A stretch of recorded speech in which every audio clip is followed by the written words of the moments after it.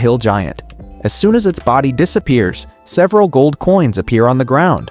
Alto tells Takuto about this and says that when she showed the coins to Molter, even he admitted that he had never seen coins like those before. When Takuto looks closely at Molter's coin, the crust on it feels strangely familiar. After thinking for a moment, he realizes it's from the game Brave Quest. Almost immediately after that, a massive army of monsters starts moving toward the city. They're being controlled by a rock giant and a malnourished man. When Takuto sees the two of them, he tells Ato to fight carefully, because this time they're facing enemies straight out of an RPG. Meanwhile, on the other side, we see the same saint arriving in a ruined city, along with several paladins. They're searching for survivors when suddenly something attacks the paladins. All of them are killed in a single strike. After their deaths, Irakino appears and declares that this time she will definitely win. Seeing her, Solalina completely loses her temper. She says she has already killed Irakino 17 times before, yet she keeps coming back again and again. I don't understand how you keep reviving yourself, and I don't understand how you manage to kill me so easily every single time. I know you have some kind of plan, and it's connected to your resurrection. Irakino gives no reply. Instead, she revives the dead bodies and sends them to attack Solalina. But Solalina summons holy flames and wipes them all out in an instant. Seeing this, Irakino panics, realizing that once again, she won't be able to defeat the saint. The saint attacks her with her staff and defeats her yet again. As Irakino dies, she mutters that this game is truly way too difficult. Solalina, on the other hand, wonders how long she will have to keep fighting this insane woman. Back on the battlefield, Takuto is explaining to Atsu that the entire army comes from the Brave Quest game, where the objective is to defeat the Demon King. In that game, monsters can appear anywhere and attack anything they want. That's why they couldn't figure out the source of the monsters. Takuto says he always expected beings like them to exist here, but he never imagined things from other games would also cross over. Since he has played Brave Quest, he begins explaining to Atsu how to defeat these enemies. After that, we see a demon sitting on a throne inside a castle. He orders 2 demon generals, telling them they can do whatever it takes to conquer this world. He says they're lucky that when they arrived, the goblins joined their demon forces. He orders his soldiers to attack. Flame and Ice Rock is told to go and lead his army, while the Demon King takes care of other matters. As their army advances toward the city, dark miasma spreads across the battlefield. Because of it, the entire army starts suffering. However, the power of pure demons begins to increase instead. One demon tells Ice Rock that this spell might belong to a hero. Ice Rock snaps at him, telling him not to even say the word hero. Just then, they hear Atu's voice. She instantly wipes out one of the demons and starts moving toward Ice Rock. She asks who he is. "You must be one of the 4 generals, Ice Rock." She introduces herself. "My name is Atau, and I serve my king, Ira Takuto. And one more thing, none of you here are going back alive. Elsewhere, all the archers are attacking the barbarians. Antic tells her assistant to gather all the civilians at the northwest gate, and the moment they get a chance, they should escape. Molter tells her that as long as they're here, there's no need to think about running away. But Antic replies that they're facing an enormous army, and their forces can never win against them. Just then, 2 massive explosions shake the battlefield. Molter says it must be Atau. As long as she's on the battlefield, she'll eliminate the army generals, and after that, wiping out the rest of the army will be easy. Ice Rock attacks Atau with ice, but she dodges all of his attacks while closing the distance. At the last moment, Ice Rock also dodges her strike. Even so, she has already killed a large number of his demons. She's fighting exactly as Takuto advised her to, using wide area skills. In Brave Quest, both heroes and villains rely mostly on short-range skills. But in Eternal Nations, skill ranges are much larger, and battles are fought on a massive scale. Ice Rock asks her why. If she's a demon, she's standing against him. He tells her she should join the Demon Lord and conquer the world together. Atau replies that managing even a small nation is enough to drive her crazy. Who would want to manage the entire world? Ice Rock doesn't understand what she's talking about. Atau realizes that he's just a mid-level boss who has probably been defeated countless times by heroes before. Hearing this, Ice Rock becomes furious and launches another attack. But Atau easily blocks all of his strikes, constantly taunting him. Enraged, he activates his ultimate skill. Atau thinks she'll easily dodge such a slow attack, but suddenly she realizes her leg has frozen in place because of his skill. She tries to block the attack, but can't fully stop it. black blood spills from her body. Even that isn't enough to kill her. Furious, Atto counterattacks and finishes him off on the spot. Her injuries instantly heal, but she's still angry. How did I get hit by such a trash, slow attack? The system then informs her that she has acquired Ice Rock's skill, which never misses. Reading this, Atto finally understands why she couldn't dodge the attack. She informs Takuto that she has defeated the general, but right after that, she realizes that Flamen has already reached Mainografa with the rest of the army. A soldier runs to Takuto and reports that enemies have reached their borders. Takuto calmly tells him not to panic, because anything that happens in his territory, he already knows about. Alabi reassures him, saying there's no need to worry since the other officials are already doing their jobs. The soldier then returns to his post. The twins ask Takuto if he's in danger. He tells them that as long as Ayla and he are there, they don't need to fear anything. Still, Takuto is starting to feel a little uneasy. Even Ayla didn't expect the enemies to attack their territory this quickly. She asks Takuto what they should do, since the Demon Lord might be a player just like him. Takuto replies that whether the Demon Lord is a player or not doesn't matter. By attacking their territory, he has made a huge mistake. The two of them then head toward the battlefield. Along the way, Takuto counts his forces. Ayla, the larvae she provided, Magic, Gia, and their soldiers.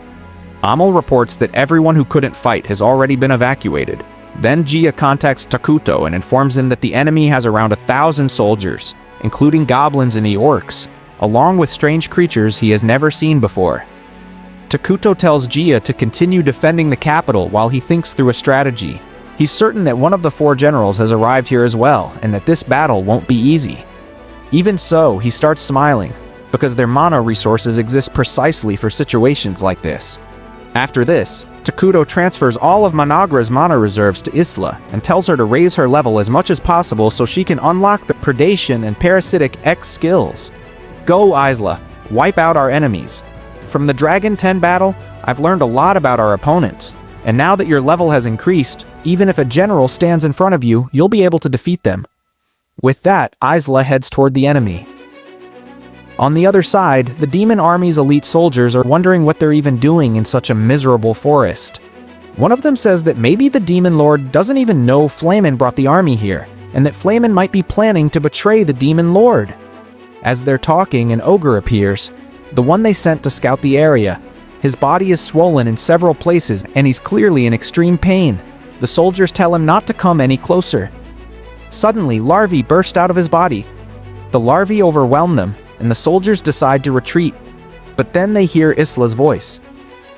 If the demon army can't even handle this much, you should all drown yourselves in a spoonful of water. They can't tell where the voice is coming from. Then Isla descends from above, and within moments, she wipes out all the demons and begins consuming them to increase her power. But they're all worthless prey. Soon after, the demon general Flamen arrives. He's shocked to see his entire army wiped out. He introduces himself as one of the 4 demon generals and asks Isla who she is. I figured whoever was leading the demon army would be strong, just like Ice Rock. I'm excited to fight you. Hearing this, Flamen realizes that Ice Rock has already been defeated, but it doesn't bother him. He says Ice Rock was the weakest of the 4 generals, both in strength and intelligence, and tells her not to compare him to someone like that. Isla replies that no matter how strong he is, he's still going to die right here. They keep provoking each other until Flamen says he'll steal Takuto's throne. That's enough to start the battle. Because their senses are shared, Takuto can see everything. He feels their strategy is perfect, and so far everything is going smoothly. Still, something is bothering him. During the fight, Flamen attacks Isla with flame arrows, but they don't affect her at all. Isla counters, but Flamen dodges every strike. Then countless larvae surround him from all sides, but he activates his flames and burns them all away. Flamen summons multiple monsters and launches a barrage of fireball at Isla. Using her larvae, she deflects every single one. She then plunges her tail into the ground, releasing more larvae, and says that her king wants to know why the Demon Lord is attacking them. Larvae burst from the ground, invade the monsters' bodies, and consume them from the inside before rushing toward Flamen. He incinerates them instantly with fire. Isla charges again. While dodging her attacks, Flamen says that either they're all idiots or her king is hiding the truth. He attacks her while asking what she thinks of herself. Isla answers, "I am the protector hero of Mainogra and Takuto's servant." This enrages Flamen. Now he understands why he hates her so much. Because despite having free will, she still chooses to serve Takuto, and she's proud of it. So now I get it. You don't have free will. You're being controlled just like that bald guy was. That's why he killed everyone, to gain his freedom. He launches another fire attack. Isla tries to dodge, but he doesn't stop chasing her and finally lands a hit. Flamin is pleased, thinking he's won the fight. But then he sees that Isla protected herself using a cocoon. She mocks him, asking if that's all he can do. Furious, Flamin keeps firing flame arrows non-stop. Isla dodges them all. Because he's attacking like a madman, his mana runs out, and Isla strikes back, injuring him. Flamin remembers what the Demon Lord told him, that if he conquered this world and offered it to a certain entity, he would be free. But in reality, he's been acting like a puppet all along. Isla attacks again, slicing his body cleanly into 2 pieces. Takuto contacts her and praises her, telling her to return. Isla tells him that she leveled up during the fight. Suddenly, their connection is cut, and they can no longer communicate. In the next moment, the twin sisters appear right in front of Isla. She doesn't understand how they got there. They were just with Takuto. Isla panics and orders all the larvae to protect the twins, but she doesn't realize that Flamin is still alive. As the larvae rush to protect them, they suddenly recoil in fear and scatter. Isla screams, trying to summon the Brain Eaters, but no one responds. Seeing this, the twins start trembling in fear. Isla tells them not to worry and picks them up, trying to escape. But as she moves, she suddenly finds herself back in the same spot. Flamin starts laughing at her. Isla attacks him again, but he keeps laughing and says he already died a long time ago. Meanwhile, Takuto receives a system message stating that an event is in progress, and while the event is active, all important characters are protected. Takuto realizes that Flamin is acting exactly like he did in the Brave Quest game. Even his dialogue is the same. Isla tries to attack again, but her body won't move. Laughing, Flamin says he's gone through this thousands of times, and every time, the same thing repeats. Suddenly, Karya and Maria start walking forward against their will, with no control over their bodies. Isla realizes this must be an RPG mechanic Takuto warned her about. Flamin laughs and says she'll now watch those 2 chicks die with her own eyes. Takuto had already seen this before. In Brave Quest, this is exactly what happened after defeating Flamin. Isla desperately tries to move, but she can't. There's no point. This is what I call a scripted event. You can't do anything here.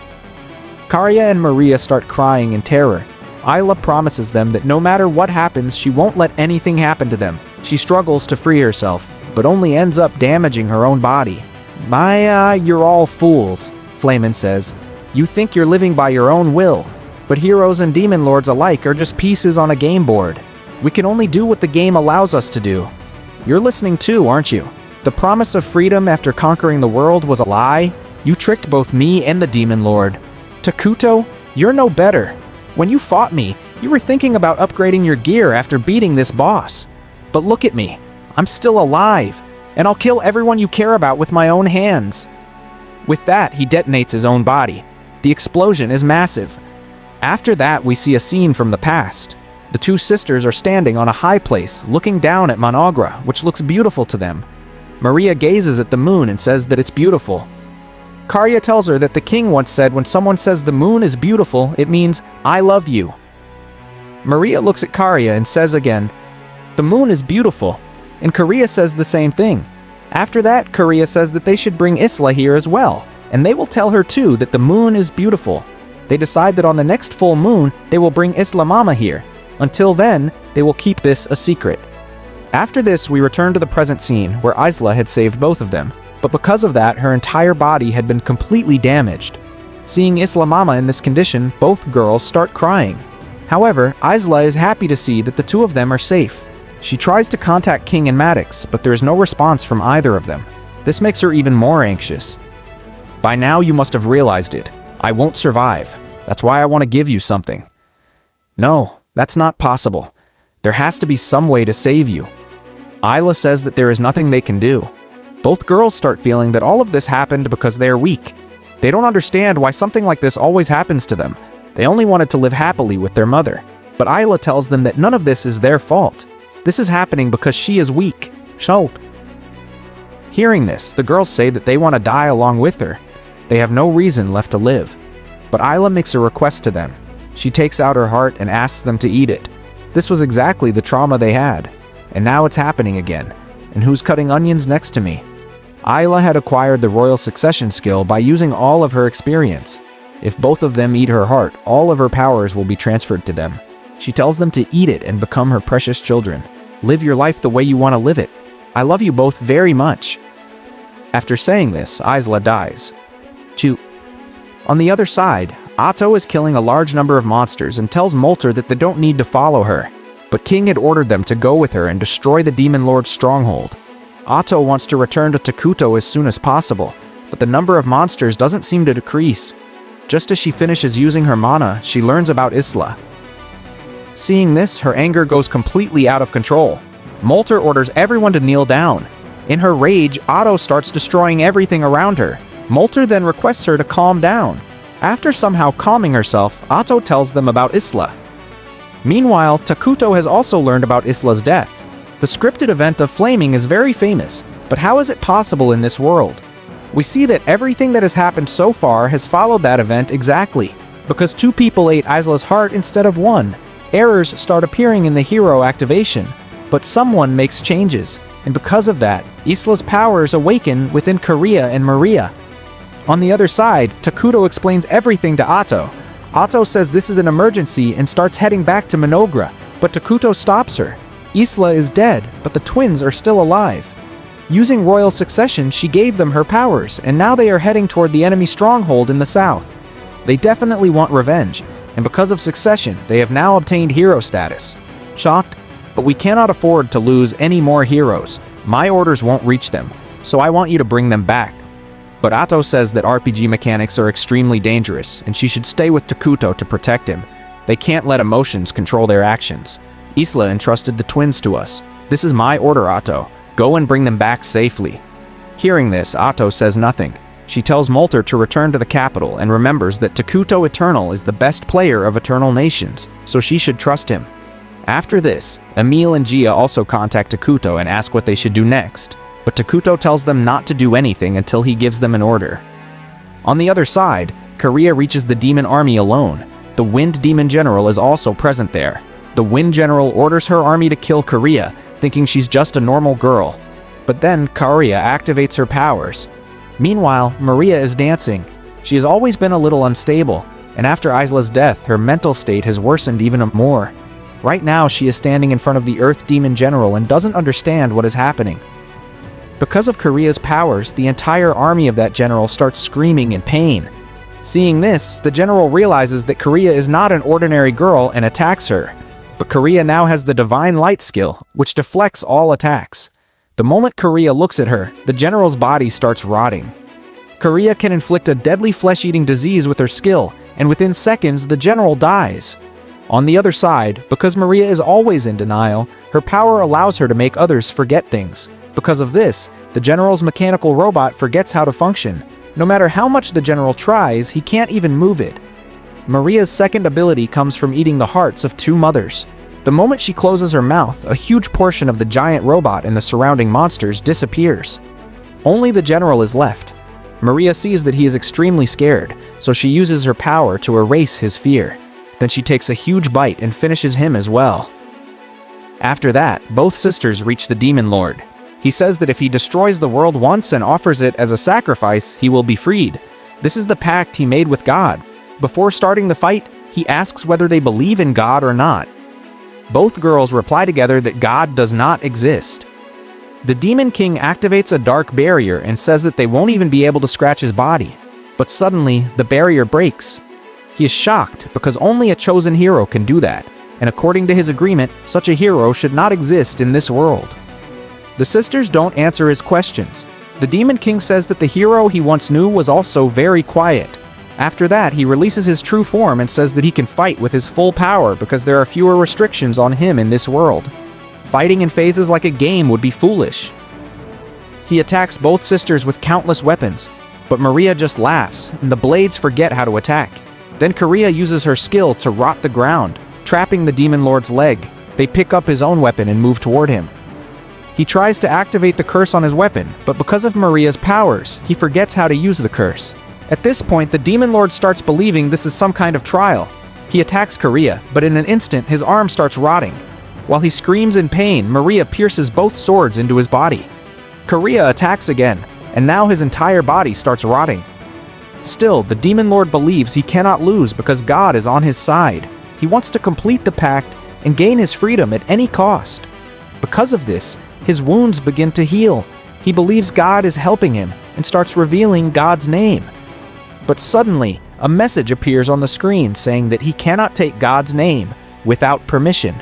At that moment, a man appears and cuts off the Demon Lord's arm, causing piles of gold coins to appear. He says that he wanted to help them, but Korea angrily asks how he dared to interfere in their fight. He laughs and says it was just a coincidence and that they shouldn't be angry because they look cuter when they smile. The girls remain furious and try to attack him, but he stops them and says that at their current level, they cannot defeat him. However, because of him, they were unable to take revenge for their mother. Enraged, they try to attack him again. At that moment, Atto arrives and uses her Ice Rock skill to stop them.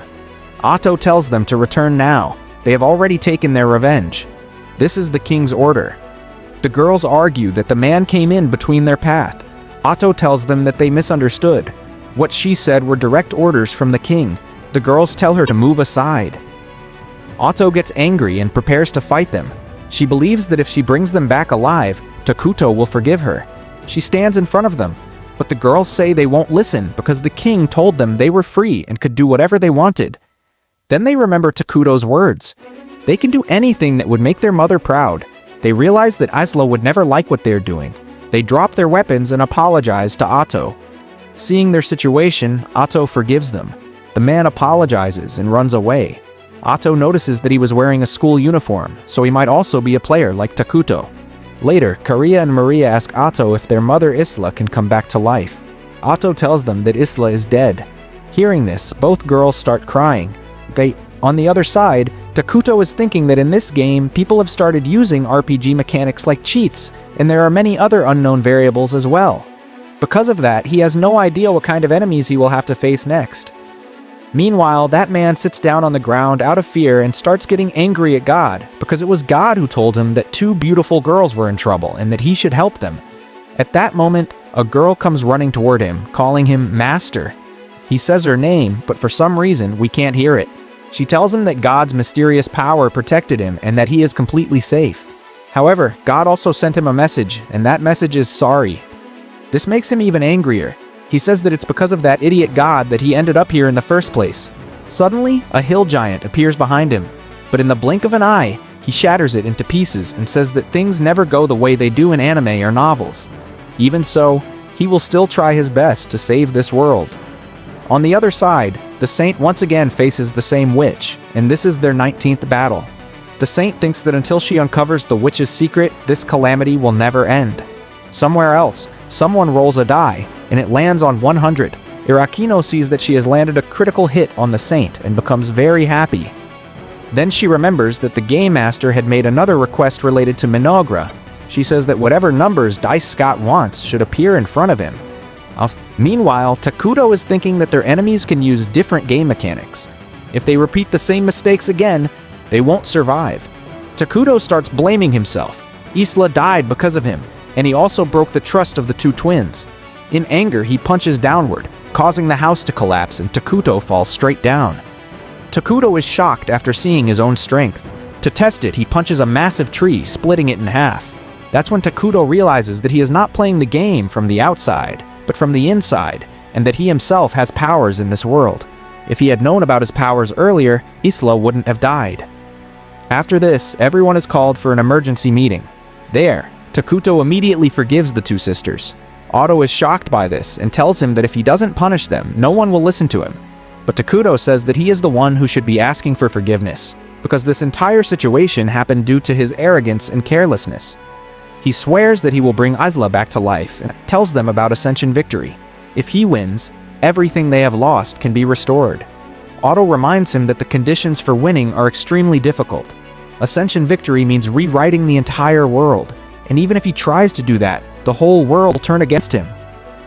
But Takuto says that none of that matters. Anyone who stands in their way will be killed. Using emergency production, he creates a large number of guns and says that as long as they follow his orders, they will definitely be able to take over the world. After the meeting ends, Takuto thinks that modern weapons alone are not enough. He needs to create a proper plan down to the smallest detail. That's when he sees all the Dark Elves gathered in one place.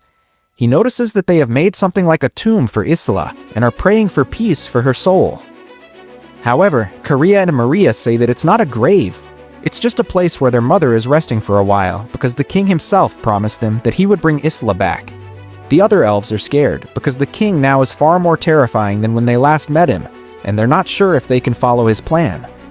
From the side, Takuto hears everything, but Karia and Maria tell the elves that if they can't do what needs to be done, then they are just children. Hearing this, they once again swear that even if the entire world turns against them, they will still serve their king. After that, Takuto climbs up onto the same branch and remembers how this country reached this point. The next day, Takuto is feeling depressed because he spoke too harshly yesterday and scared everyone. The three girls explain to him that he can call everyone again and explain things in a different way. Takuto says that he will definitely achieve Ascension victory because he is the best player of Eternal Nations. And with that, this season comes to an end. For more videos like this, don't forget to subscribe to the channel and keep liking their videos.